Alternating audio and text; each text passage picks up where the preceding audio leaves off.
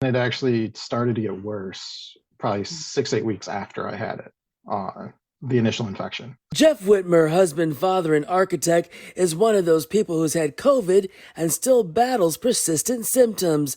Jeff says he struggles with fatigue and brain fog the most. My wife and I could have a conversation in the morning. She could call me at noon, and there's some days I have no memory of the conversation that we had.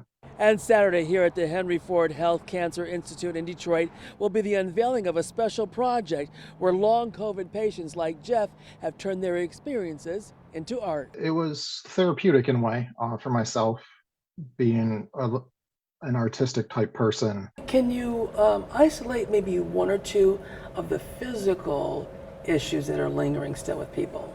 Yeah, I would say, respiratory problems are a huge kind of factor that's still persistent. And in the artwork, you'll see that often represented in the lungs.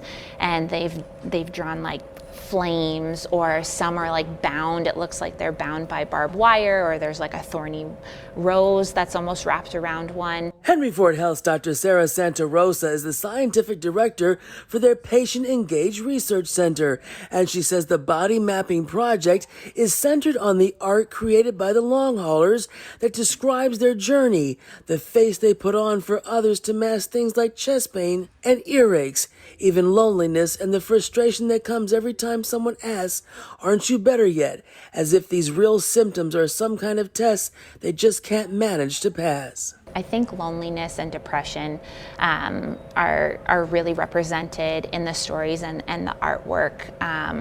You see almost that some of the artists have created like two figures, where there's one, here's me before and here's me now, and the body posture really says a lot. It helped reinforce that I wasn't alone.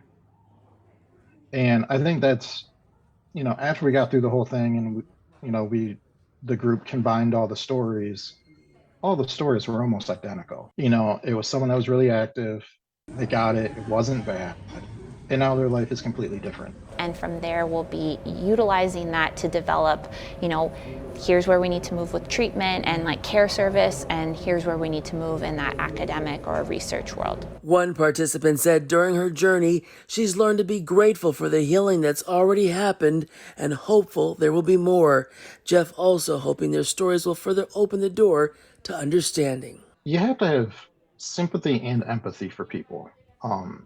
They might seem okay. Like, if you saw me on the street, you would never know what I'm dealing with.